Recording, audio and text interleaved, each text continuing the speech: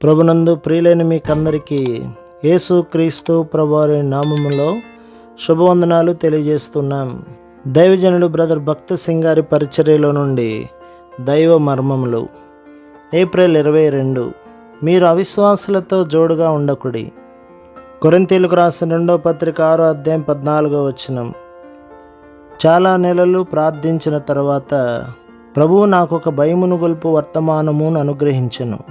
హిందూ దేశం యొక్క అన్ని ప్రాంతములకు వెళ్ళి నా నామము పెట్టుకున్న ప్రతి ఒక్కరూ, అతడు విద్యావంతుడైనను విద్యాహీనుడైనను సరే, ఒక పరిశుద్ధ గ్రంథపు ప్రతిని సంపాదించుకున్నట్లు చేయుము.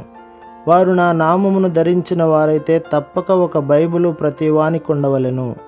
రెండవదిగా, వారెట్లు దానిని ఉపయోగించుకొనవలెను నేర్పించుము. మూడవదిగా, ప్రార్థించుటకు వారికి నేర్పుము.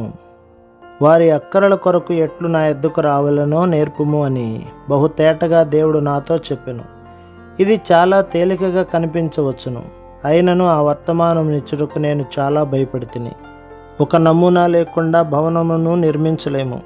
ఆ నమూనాను మార్చివేసి నీ ఇష్టం వచ్చిన మార్పులను చేసి దానిని నిర్మించలేవు. ఇంజనీరు అనుమతి లేనిదే దానిని కట్టువారు, కూలివారు మార్పులు చేయటకు అధికారం లేదు.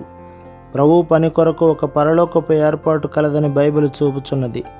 ఏ విషయంలోనైనాను అవిశ్వాసులతో సహవాసం కలిగి ఉండలేము. విశ్వాసులు అవిశ్వాసులను వివాహమాడరాదని బోధకులు, మిషనరీలు అనేకసార్లు చెప్పెదరు. మీరు తిరిగి జన్మించిన క్రైస్తవులైతే మీరు వివాహమాడబో వ్యక్తి తిరిగి జన్మించి ఉండునట్టు చూచుకొనుడి అని వారు చెప్పుదురు. అయితే కొరింథీయులకు రాసిన 2వ పత్రిక 6వ అధ్యాయం 14-15 వచనాలలోని మాటలు పైదానికంటే ఎక్కువ విశేషములను తెలుపుచున్నవి. పెండ్లి విషయములను గూర్చి మాత్రమే గాక సంఘ విషయములను గూర్చి కూడా చెప్పుచున్నవి. అవిశ్వాసులతో కలిసి పనిచేసి ఎట్లు మంచి ఫలితమును పొందగలము? ఇది అసాధ్యం. ఇట్టి మిశ్రమముతో పనిచేసి దేవుని సంఘమును కట్టలేము. ఇది పని చేయదు.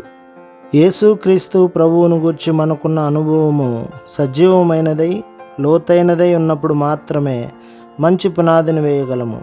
ఆయనే మూలకు తలరాయి. మన స్వంత ఆచారములకు, భ్రమలకు అవి ఎంత మంచివైనను సరే కట్టుబడి పని చేయలేము. దేవుని వాక్యమునకు విధేయులమౌటలోనే మనకు క్షేమము కలదు. ఎట్లు దేవునికి విధేయులమై ఆయన అధికారమునకు లోబడి సురక్షితముగా కాయబడగలమో, దేవుని వాక్యమును ఖచ్చితముగా చదివి పాటించి నిర్ణయించుకొనవలెను. ప్రభు మిమ్మును, మీ కుటుంబమును, మీ సంఘమును దీవించి ఆశీర్వదించునుగాక. ఆమేన్.